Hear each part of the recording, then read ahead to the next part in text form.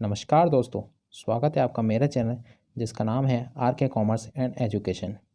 जैसे कि आज सभी ने थंबनेल में देखा होगा, आज हम बात करेंगे free money for all for every citizen, जो काम करेगी आपके यूबीआई इकोनॉमिक पॉलिसी। ये एक वर्ल्ड इकोनॉमिक पॉलिसी है जिस पे लगभग अब सभी देशों में बातें की जा रही हैं। तो आप सोच रहे होंगे कि सरकार की ऐसी कौन सी पॉलिसी आएगी कि सरकार आपको घर बैठे बैठे पैसे बांटने लगी। तो चिंता नहीं करिए, ये पॉलिसी कोई एक दो महीने में या एक दो साल में लागू नहीं होगी।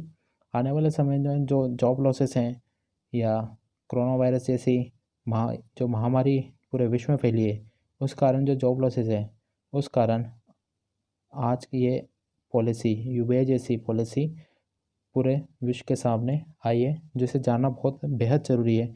क्योंकि इसी के आधार पर सरकार डिसाइड करेगी कि जो जॉब लॉसेस है उससे जो समाज का स्तर है उसको कैसे बढ़ाया जाए और समाज के प्रत्येक नागरिक को किस प्रकार से सहायता की जाए कि वो अपना जीवन बसर कर सके। तो आपको समझाने के लिए मैंने इसके अंदर बनाए हुए हैं एक चार्ट बनाया हुआ है, जिसमें देख सकते हैं आप पूरे 5 कॉलम है। 5 कॉलम के अंदर हम जो आज बात करने वाले हैं यूबीआई जैसी पॉलिसी के बारे में, उसके अंदर पहले हम बात करेंगे डेफिनेशन के अंदर डेफिनेशन, फिर हम उसका रीज़न जानेंगे कि किसका क्या ज़रूरत पड़ेगी कि यूबीआई जैसी पॉलिसी हमको आने वाले समय में पूरे विश्व के सभी देशों में लागू करनी पड़ेगी। और फिर जानेंगे इसकी पॉजिटिव साइड, इसकी नेगेटिव साइड, और विश्व के अंदर कौन कौन से देश हैं जहाँ पे इसका एक्सपेरिमेंट किया गया या वहाँ पे इसको लागू किया गया और वो लागू करने के बाद उसके क्या रिज़ल्ट आए, वो भी हम आगे जानेंगे। तो चलिए शुरुआत करते हैं। शुरुआत करते हुए मैं आपको पहले बता दूं कि इसके डेफिनेशन के अंदर मैं बताऊं तो यूपीआई का जो फुल फॉर्म है वो है universal basic income. Universal basic income, universal basic income.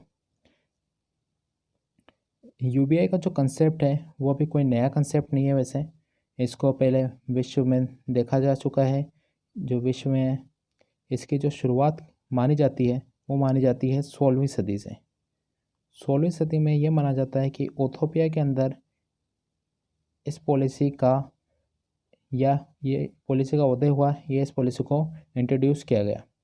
जब ये इंट्रोड्यूस हुई तो वहाँ के शासकों ने जो वहाँ की जनता है उसको सीधे पैसे देने स्टार्ट कर दिए। ये जो उनकी करेंसी होगी वो जो उन्होंने देना स्टार्ट कर दिया, जिस कारण से वहाँ के जो लोगों का जो जीवन बसर है वो सही हुआ और वहाँ की जो जनता है वो अच्छे से फल फूल पाई।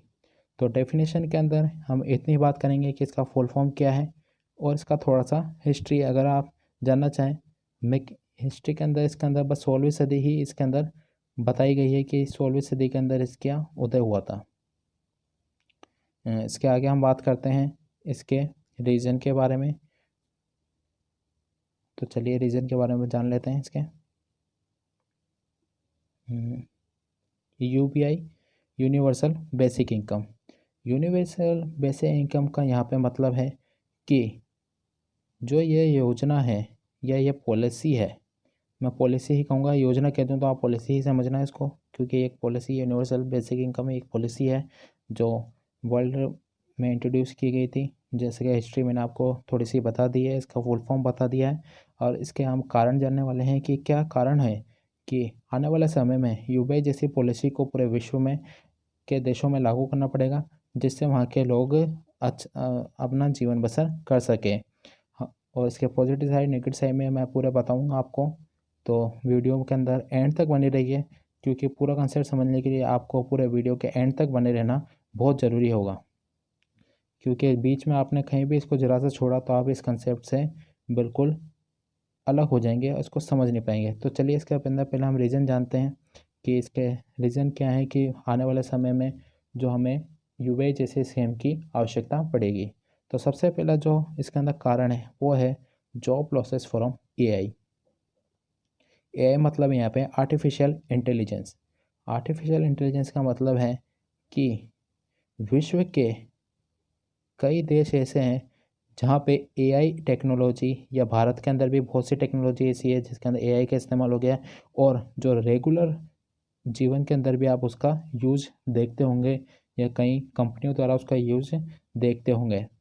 एआई के अंदर भारत के अंदर तो अभी इसका ज़्यादा कंसेप्ट सामने नहीं आया है कि यहाँ पे हो रहा हो कि यहाँ पे योजनाओं को इसकी तरह आर्टिफिशियल इंटेलिजेंस को ज़्यादा यूज़ किया जा रहा हो,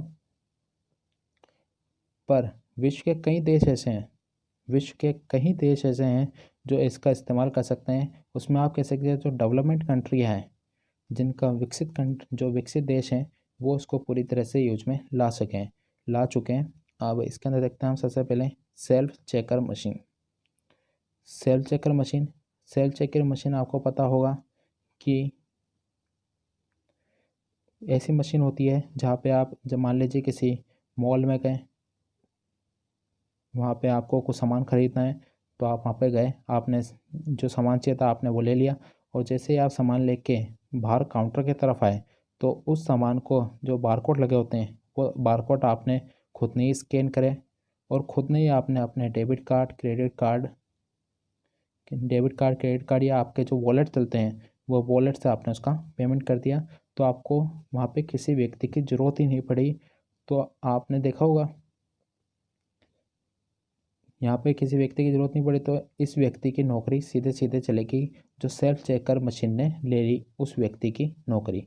उसके अंदर आ गया हम self order machine. Self order machine के अंदर आप कह सकते हैं कि सेल्फ ऑर्डर मशीन ऐसी है कि आप उसको ऑर्डर देंगे, वो भी एक आपके जैसे गूगल असिस्टेंट होता है, इसके अनुसार ही वो कुछ काम करती है। आपने गूगल असिस्टेंट होगा, वॉइस असिस्टेंट कह सकते हैं आप जो टेक्नोलॉजी थी वॉइस असिस्टेंट वाली, उसके अंतर्गत आप इसको ऑर्डर देते हैं और वही ऑर्डर ये मशीन द्वारा आपको मिल जाता है, जिससे यहाँ पे ऑर्डर लेने वाले की भी नौकरी जा चुकी है। इससे आप देख रहे हैं कि जॉब लॉसेस हो रहे हैं। इसके बाद आती है self driving car. Self driving car की अगर हम बात करें तो सेल्फ ड्राइविंग कार के अंदर सबसे पहला जो नाम आता है टेस्ला का आता है। टेस्ला एक, मैं आपको बता दूँ, एक इलेक्ट्रिक कंपनी है, किसी को पता नहीं हो तो, एक इलेक्ट्रिक कार बनाने की कंपनी है, ऑटो सेक्टर की कंपनी है, कार बनाने के ऑटो सेक्टर की कंपनी है, जो टेक्नोलॉजी के मामले में बहुत आगे जा चुकी है। इस कंपनी ने लगभग 90%, आप कह सकते हैं कि 90% सेल्फ ड्राइविंग कार को विकसित कर लिया है। बस 10% इसके जो टेस्ट चल रहे हैं वो हो सकता है आने वाले समय में पास हो जाए, और ये सेल्फ ड्राइविंग कार आपको कुछ समय में ही देखने को मिल जाए। आप इसके कुछ मॉडल तो देख ही सकते हैं जो इस कंपनी ने लॉन्च कर दिए हैं, और इस पर भी अभी कुछ काम चल रहा है, यानी 90% आप कह सकते हैं कि ये कंपनी पूरी तरीके से सेल्फ ड्राइविंग कार बना सकी है। फिर आते हैं सेल्फ क्लीनिंग मशीन्स। मैं कुछ ऐसे बता रहा हूँ जो आपको सेल्फ क्लीनिंग मशीन्स हैं, जो आपने देखा होगा, कुछ एक मशीन होती है जो घर के अंदर अपने आप चलती रहती है और घर के अंदर पूरी सफाई कर देती है। उससे इस सेक्टर के अंदर काम करने वाले लोगों का रोज़गार चला जाएगा। सेल्फ ड्राइविंग से आपके ड्राइवर्स का जो काम होता है वो ड्राइविंग का काम चला जाएगा। तो इससे जॉब लॉसेस तो आप देख ही सकते हैं। इसके बाद आप देख सकते हैं कोरोना वायरस। जो यूबीआई का कंसेप्ट वर्तमान में निकल का है, जो चर्चा में आया है, उसका मुख्य कारण ही आपका कोरोना वायरस है, कि कोरोना वायरस की वजह से ही पूरे वर्ल्ड में अनएम्प्लॉयमेंट आया है। अनएम्प्लॉयमेंट आने के कारण कोरोना वायरस की वजह से यूबीआई को कई देशों ने अपनाने की बात कही है भविष्य के अंदर, क्योंकि इसकी वजह से जो जॉब लॉसेस हुए हैं वो किसी से छुपे हुए नहीं हैं। सब जानते हैं कि इससे बहुत ज़्यादा जॉब लॉसेस हुए हैं, जिस वजह से यूबीआई जैसे कंसेप्ट पे काम करने की बात की जा रही है। तो ये इसके रीज़न है। अब रीज़न इसके बहुत भी हो सकते हैं, बहुत और भी कोई इसके रीज़न हो सकते हैं कि कोई कारण हो कि आपको लगता हो कि भाई इस कारण से भी यूबीआई को लागू किया जा सकता है, और कोई और इसकी ज़रूरत हो सकती है। तो मेन जो इसका कारण है जॉब लॉसेस ही है, क्योंकि जॉब लॉसेस होंगे तो लोगों के पास रोज़गार नहीं होगा, तो अपना जीवन बसर नहीं कर पाएंगे, क्योंकि उसकी जगह किसने ले ली है, मशीन्स ने ले ली है, और मशीन के द्वारा काम ले लिया जाएगा तो कोई भी आपको एम्प्लॉय नहीं रखेगा, क्योंकि उससे उसकी कॉस्ट कटिंग हो जाएगी, उसको कॉस्ट के अंदर कम पड़ेगा, तो वो आपको जॉब पे नहीं रखेंगे। तो ये इसके रीज़न थे। अब चलिए आगे एक और बात करते हैं इसके बारे में। यहाँ पे देख रहे होंगे आप, मैप है,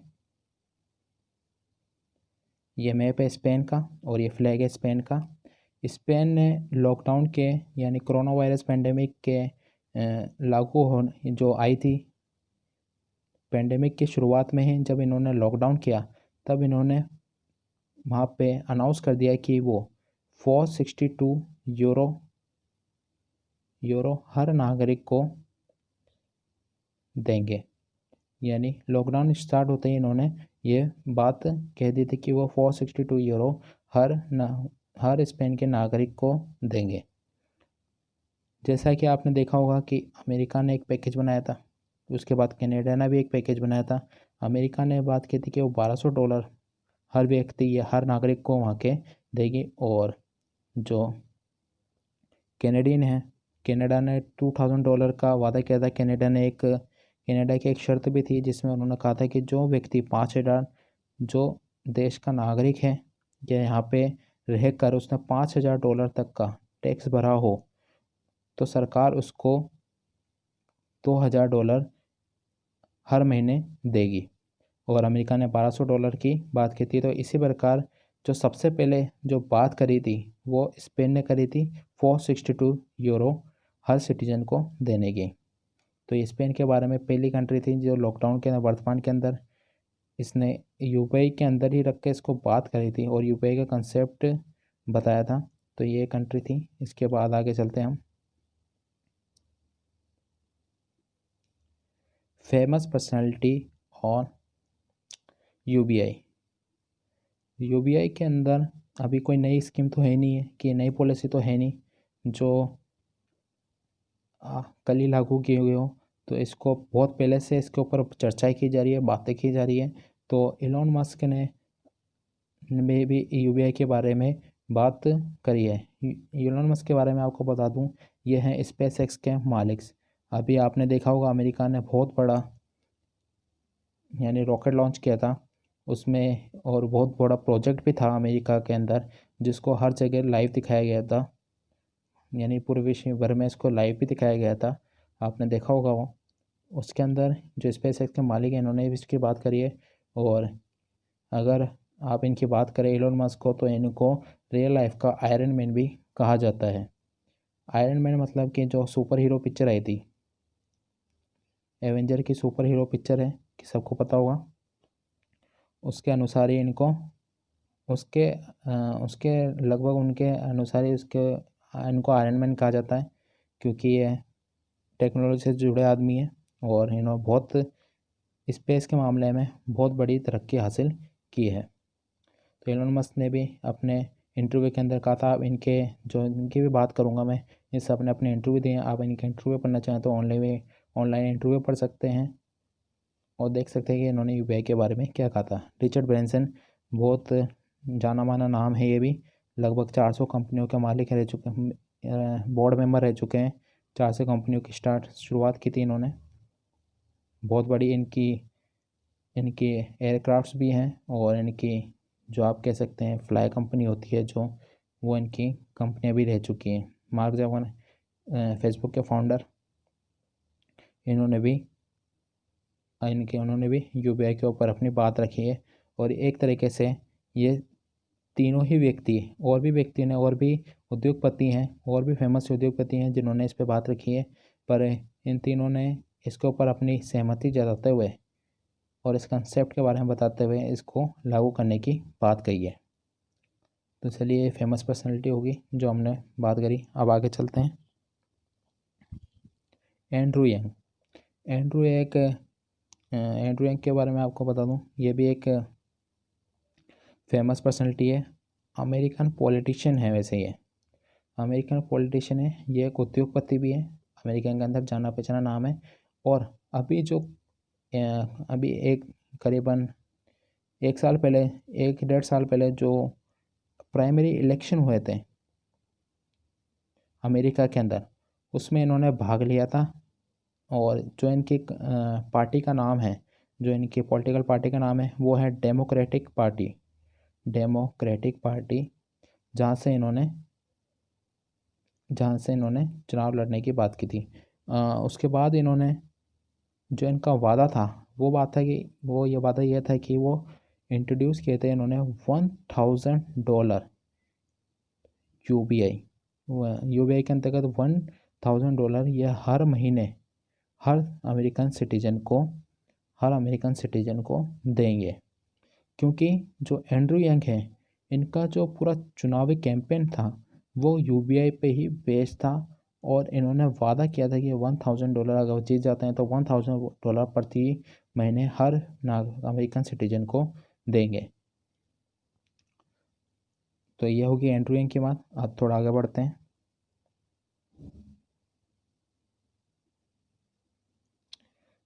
अब आते हैं हम, जैसे कि आपने चार्ट के अंदर देखा, हमने पहले उसके अंदर डेफिनेशन की बात कर ली, फिर हमने रीज़न की बात कर ली, फिर हमने बात कर ली, अब हम बात करेंगे इसकी पॉजिटिव साइड की, फिर हम बात करेंगे नेगेटिव साइड की।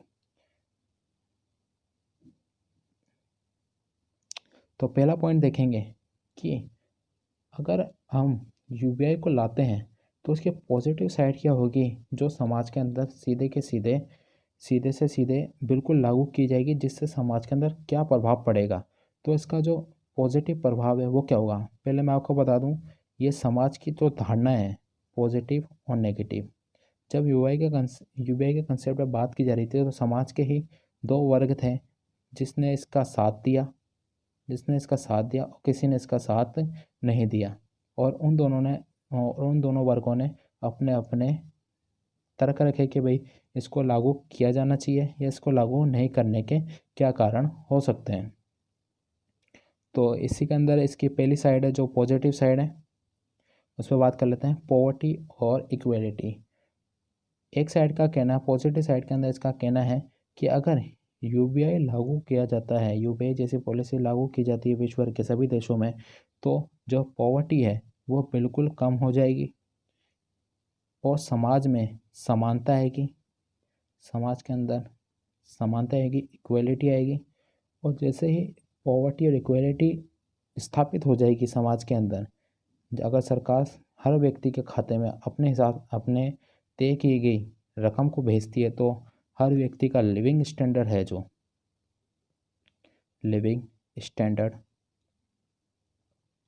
उसके अंदर सीधे के सीधे बढ़ोतरी होगी और व्यक्ति समाज के अंदर एक अच्छे स्टैंडर्ड पे अपनी जीवन जी सकेगा और अपनी बेसिक ज़रूरतें हैं जो उसकी वो पूरी करेगा, तो समाज के अंदर उसका जो ओहदा है वो वैसे ही थोड़ा बढ़ जाएगा और उससे वो समाज में अच्छे से अपना जीवन यापन कर पाएगा। तो ये इसकी पहला पॉइंट था। दूसरा आ गया ह्यूमन फ्रीडम। जैसे ही सरकार लोगों के खाते में सीधे पैसे भेजेगी, जैसे ही सरकार लोगों के खाते में सीधे पैसे भेजने लगेगी तो लोगों के अंदर एक फ्रीडम आ जाएगा और लोग अपने हिसाब से जीवन जीने लगेंगे, उनको जीवन जीने की आज़ादी पूरी तरीके से महसूस होगी। और freedom to choose jobs and business, अगर सरकार के द्वारा आपको एक रकम दी जाएगी तो आप किसी भी जॉब को अपने हिसाब से चुनेंगे और अपने हिसाब से आप बिजनेस कर पाएंगे, जिसमें आपको फ़ायदा होगा, आपकी रिस्पेक्ट होगी, वही जो आप करेंगे। और जिस बिज़नेस में आपको ज़्यादा फ़ायदा होगा वही बिज़नेस आप करना पसंद करेंगे। इसमें आप भले आपको समय लगेगा तो इसके अंदर कोई समय सीमा नहीं होगी, आप अपने हिसाब से एक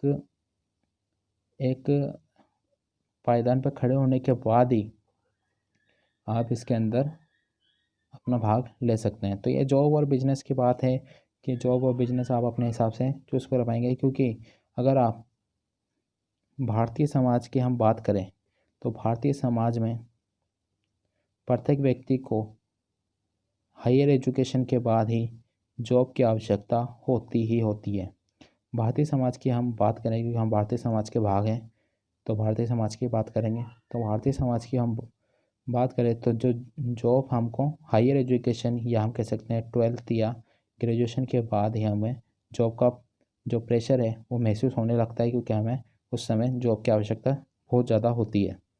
जब जॉब की आवश्यकता होगी तो जब सरकार आपको सीधे बिजनेस जो सीधे आपको रकम देगी तो आप अपने हिसाब से जॉब को चुन पाएंगे और बिजनेस कर पाएंगे। तो ये रहा अपना तीसरा पॉइंट। और इसका जो चौथा पॉइंट है वो है हैप्पीनेस। अगर आपको फ्रीडम मिलेगा, आपके अंदर पॉवर यानी आपकी पॉवर्टी नहीं रहेगी, आप गरीब नहीं रहेंगे, आप में समानता है समाज के अंदर, और आपको एक आज़ादी मिलेगी नौकरी और बिजनेस करने की, तो आपके अंदर हैप्पीनेस अपने आप ही आ जाएगी। फैमिली क्वालिटी टाइम, जो पांचवा पॉइंट है इसके अंदर वो कहता है कि आपको फैमिली टाइम यानी परिवार प्रत्येक परिवार का सदस्य अपने परिवार को एक बेहतरीन समय दे पाएगा, जिससे कि वो समाज के अंदर, जिससे ये जो समाज की आवश्यकता है, परिवार की आवश्यकता है, उसके अंदर उनके जो घरेलू मसले हैं वो सही रहेंगे। तो एक फैमिली क्वालिटी टाइम कह सकते हैं। और छठा पॉइंट है इनोवेशन है प्रोडक्टिविटी। इनोवेशन है प्रोडक्टिविटी का मतलब यह है कि अगर लोगों के पास समय होगा, लोगों के पास हैप्पीनेस होगी, तो इनोवेशन हैप्पीनेस का सीधा जो प्रभाव पड़ता है वो पड़ता है इनोवेशन है प्रोडक्टिविटी। तो इससे इनोवेशन और प्रोडक्टिविटी बढ़ जाएगी। इसके अंदर जो सातवां पॉइंट है वो इम्पोर्टेंट पॉइंट है, क्योंकि इसके अंदर आप देखेंगे कि जैसे ही आपके अंदर समाज के अंदर गरीबी कम होगी तो चाइल्ड लेबर बहुत तेज़ी से नीचे गिरेगा। जैसे ही चाइल्ड लेबर नीचे से गिरेगा तो समाज का स्तर ऊंचा होगा, समाज अपने आप ही ऊंचाई की ओर बढ़ेगा। तो चाइल्ड लेबर इसके अंदर एक कंसेप्ट कह सकते हैं जिससे कि आप एक समाज को बेहतरीन दिशा में ले जा सकते हैं। उसके बाद आता है आठवां पॉइंट। आठवां पॉइंट है इसके अंदर लेस एक्सपेंसेस इन ब्यूरोक्रेसी। लेस एक्सपेंसेस ब्यूरोक्रेसी का मतलब ये है कि जब सरकार आपको सीधा पैसा खाते में ही दे रही है तो कोई कागज़ कार्रवाई नहीं। सरकार को ये सोचने की ज़रूरत नहीं कि जो पैसे सरकार ने आपको भेजे हैं वो आपके पास पहुँचे हैं या नहीं। यह सर जो पैसे आपने, सरकार तो आपको सीधे पैसे पहुँचाएगी, तो सरकार को ब्यूरोक्रेसी के अंदर ये पूछने की ज़रूरत नहीं पड़ेगी कि आपको पैसे पहुँचे हैं या नहीं पहुँचे हैं। वो सीधे जानती है कि आपके पास पैसे पहुँच चुके हैं, तभी समाज के अंदर उनको इम्प्रूवमेंट देख रहा है। तो नौकरशाही के अंदर उनका खर्चा कम हो जाएगा, क्योंकि इसमें कागज़ कार्रवाई बिल्कुल ही कम हो जाएगी, या ख़त्म के हिसाब से कह सकते हैं बिल्कुल ख़त्म होगी। और इससे खर्चा कम होगा सरकार का। उसके बाद कहते हैं हेल्थ। हेल्थ का मतलब ये है कि आप जानते हैं कि भाई जैसे ही लोगों के पास पैसा आएगा तो हेल्थ के अंदर तो सुधार होगा ही, क्योंकि जब पैसा आएगा तो अच्छा न्यूट्रिशन ले पाएगा तो अच्छा खान पान करेगा, खान पान अच्छा करेगा तो हेल्थ अपने आप अच्छी होगी, और जो उसके मेडिकल एक्सपेंसेस हैं वो आराम से पे करने के लिए सक्षम होगा। पर समाज का प्रत्येक व्यक्ति जो हेल्थ के अंदर अपने जो मेडिकल एक्सपेंसेस हैं, जो अपने दवाई खर्चे हैं, उसको पूरा करने के लिए सक्षम होगा, तभी उसकी हेल्थ में सुधार होगा। 10वां है स्किल्ड। इसके अंदर कहने का मतलब यह है कि जब स्किल्ड की बात आती है तो समाज का जो युवा वर्ग है, इसको इस कंसेप्ट के अनुसार ही कहा गया है कि जो युवा वर्ग है वो और ज़्यादा स्किल्ड हो पाएगा, और जब स्किल्ड हो पाएगा तो उसके अंदर इनोवेशन और प्रोडक्टिविटी भी बढ़ सकती है, जो हैप्पीनेस से भी आप इसको रिलेट कर सकते हैं। उसके बाद बात करते हैं हम 11वां point, opportunities for higher education, यानी उच्च स्तरीय शिक्षा के लिए आपको अवसर मिलेंगे। जैसे सरकार आपको खाते में सीधे रकम देगी जब सरकार आपको खाते में सीधे रकम देगी तो आप एक एजुकेशन के अंदर किसी भी यूनिवर्सिटी, किसी भी इंस्टीट्यूट में जाकर या किसी भी इंस्टीट्यूट के लिए आप अच्छे से अपने आप को तैयार कर सकते हैं और हायर एजुकेशन प्राप्त कर सकते हैं, जिससे कि व्यक्ति का ज्ञान बढ़ेगा और इस समाज के अंदर एक अच्छा स्किल प्रोग्राम डेवलप्ड होगा। तो चलिए, तो होगी पॉजिटिव साइड। इसकी पॉजिटिव साइड आप कह सकते हैं और भी हो सकती है,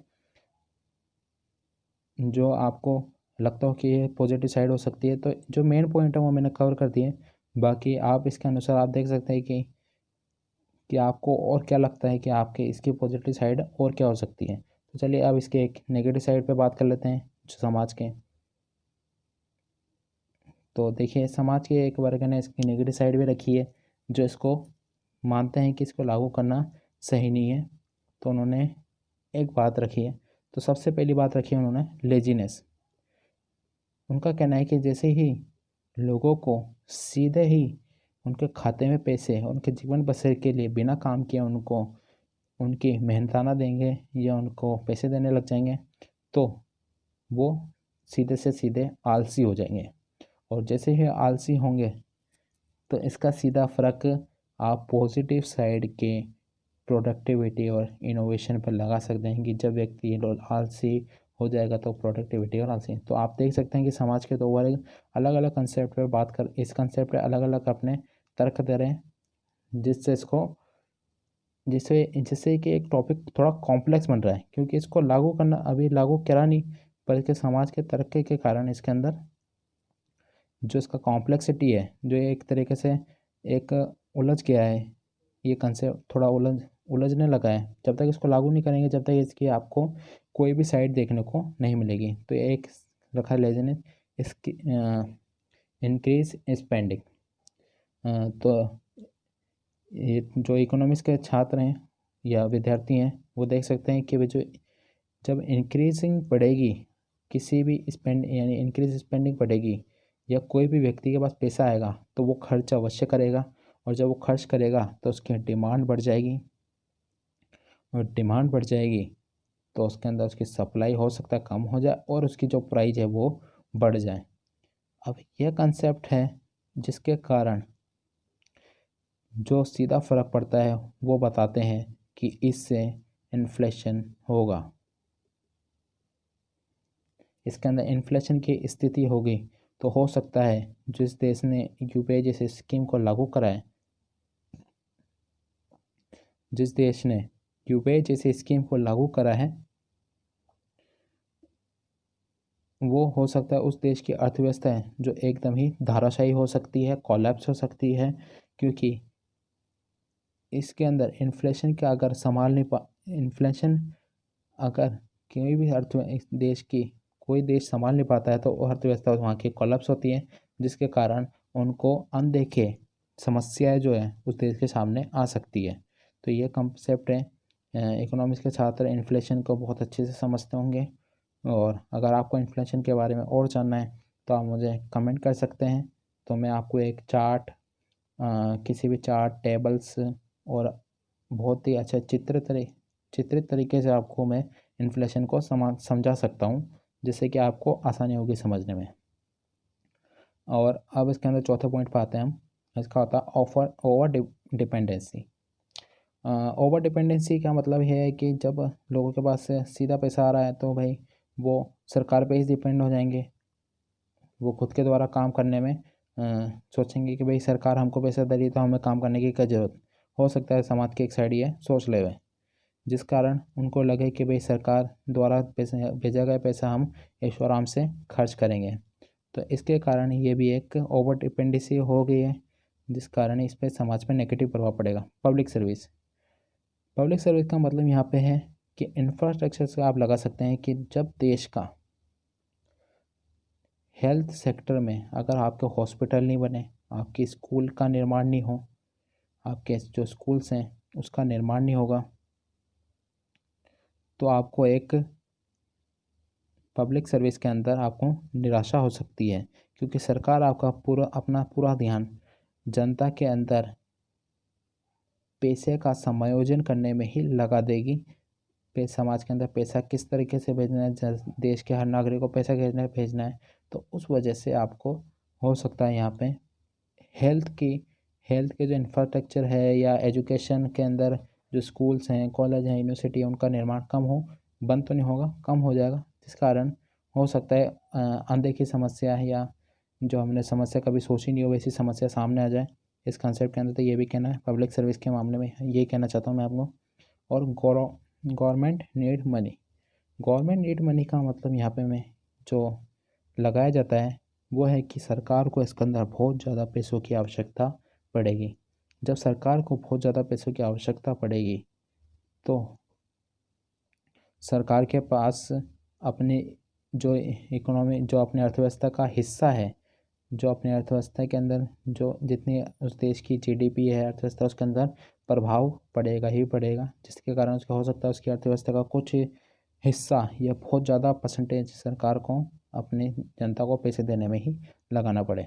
तो एक कंसेप्ट मैं इसमें बताना चाहता हूँ आपको कि जैसे अमेरिका की जनसंख्या है 300 मिलियन, मतलब 33 करोड़ जनसंख्या वहाँ पे। पिछले हमने बात करी एंड्रू यंग की, जिन्होंने $1000 प्रति व्यक्ति को देने का अपने चुनावी कैंपेन में वादा किया था। चुनावी कैंपेन में वादा करेंगे तो $1000 उनको हर व्यक्ति को देने पड़ेंगे। हर व्यक्ति को देंगे तो इसका जो टोटल निकल के आएगा वो निकल के आएगा इनका $3 ट्रिलियन।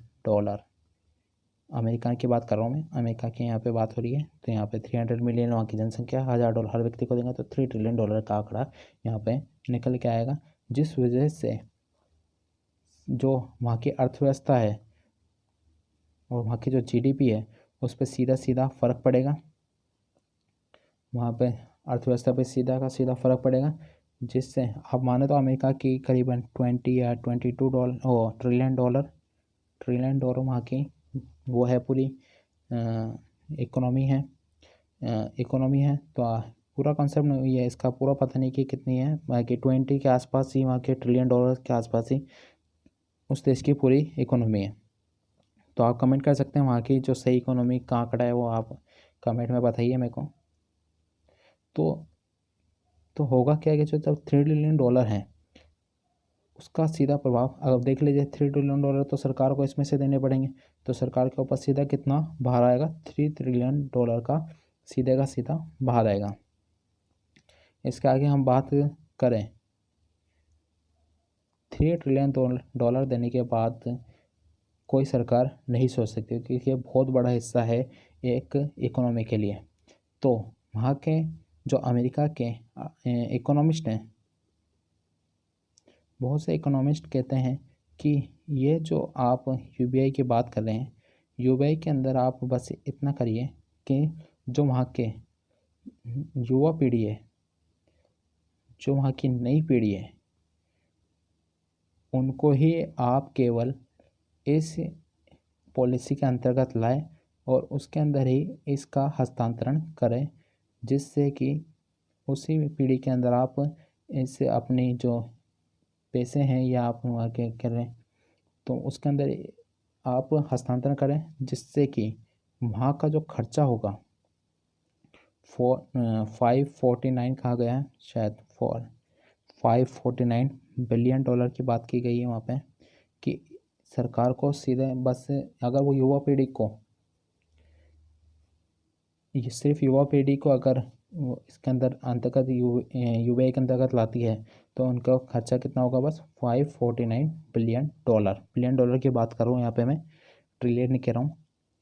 बिलियन के अंदर अगर बात करें तो यहाँ पर सरकार को सीधा कितना फ़ायदा होगा, $25 ट्रिलियन।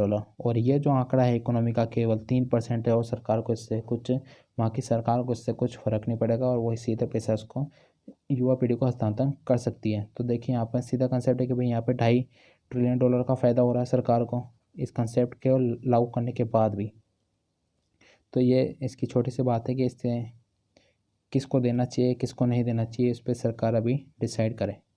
7वां पॉइंट यहाँ पे रखा है मैंने, पीएमआर के अंदर कहा जाता है कि पी का मतलब पुअर, एम का मतलब मिडिल और आर का मतलब रिच। यहाँ पे कहा जाता है कि जो गरीब व्यक्ति हैं उनको जो जो इसका जो बहुत ज़्यादा फ़ायदा होगा, यहाँ पे जो गरीब व्यक्ति को फ़ायदा होगा क्योंकि इसका लिविंग स्टैंडर्ड सुधर जाएगा और वो अच्छे से अपना खान पान कर पाएगा और न्यूट्रिशन के अंदर उसका सुधार होगा, जिससे उसका लिविंग स्टैंडर्ड पूरी की तरह से और उसकी बेसिक ज़रूरतें पूरी होने लग जाएगी। और कहते हैं मिडिल क्लास के अंदर कहते हैं कि जो पैसा इनके पास आएगा एक्स्ट्रा वो इनके लिए एक्स्ट्रा होगा। एक्स्ट्रा तो हम कह सकते हैं ये अपनी ज़रूरतों को पूरा करने के बाद कुछ उसके अंदर सेविंग्स बढ़ा देंगे। सेविंग जब बढ़ाएंगे ये जब ये अपनी सेविंग बढ़ा लेंगे तो उनके लिए एक्स्ट्रा होगा और ये भविष्य के लिए उसको संरक्षित कर लेंगे। तो यहाँ पर सबसे ज़्यादा फ़ायदा पुअर या जो गरीब व्यक्ति है उनका होगा, और मिडिल क्लास का इसके अंदर सेविंग के अंदर चला जाएगा। और जो रिच पर्सन है, रिच पर्सन के अंदर इसके अंदर कहा गया है कि इनका कुछ फ़ायदा नहीं होगा, क्योंकि जो पैसा सरकार उनको हस्तांतरित करेगी या उनको देगी, वो सीधा का सीधा पैसा कहाँ चला जाएगा, उनके टैक्स के जरिए वापस सरकार को चला जाएगा। तो ये भी एक साइड की गई है। इस पर आपके क्या विचार हैं, आप कमेंट कर सकते हैं, क्योंकि PMR में वैसे लिखने नहीं वाला था ये पॉइंट, पर मैंने लिख दिया है। तो आप देख लीजिए आपको क्या लगता है इसके, आप बता सकते हैं। तो चलिए, पूरे नेगेटिव साइड पे हमने PMR के बारे में बात कर ली है। PMR की बात करने के बाद हमें आपको बताना चाहता हूँ कि जो इसका अगला कंसेप्ट है, जो इसका अगली वीडियो है, यानी इसको मैं दो पार्ट में बना रहा हूँ। देखिए, हमने पहले पढ़ लिया इसके डेफिनेशन थोड़ी पढ़ ली, फिर इसका रीज़न पढ़ लिया कि क्या कारण है जो इसको लागू किया जाए, और इसके पॉजिटिव साइड पढ़ ली, उसकी नेगेटिव साइड में मैंने आपको बता दिए। पर जो इसके एक्सपेरिमेंट है वो मैं आपको अगले वीडियो में बताऊँगा, क्योंकि इस वीडियो की जो ड्यूरेशन है, जो टाइमिंग है, वो ज़्यादा हो गई है। जो इसकी ड्यूरेशन है वीडियो की वो ज़्यादा हो गई है, तो मैं इसको आपको अगले वीडियो में समझा दूँगा। आई होप आपको ये वीडियो पसंद आई है, तो प्लीज़ इसको आप लाइक कीजिए, शेयर कीजिए और सब्सक्राइब तो कर ही लीजिए, क्योंकि आने वाले वीडियो में आपके लिए बहुत अच्छे कंसेप्ट ला रहा हूँ, जो आपको जानने में बहुत मज़ा आएगा, और बहुत अच्छे तरीके से उसको मैं समझाने वाला हूँ उसके अंदर, क्योंकि वो मैंने उसकी तैयारी बहुत अच्छे से करी थी। तो कंसेप्ट आपको समझाया जाएगा। तो आप लाइक कीजिए, शेयर कीजिए अपने फ्रेंड्स से जो आपके जिनको ये टॉपिक पसंद आते हो, और सब्सक्राइब कीजिए। और आई होप ये आपको वीडियो बहुत अच्छी लगी हो। तो चलिए, मिलते हैं अगली वीडियो में। Thank you.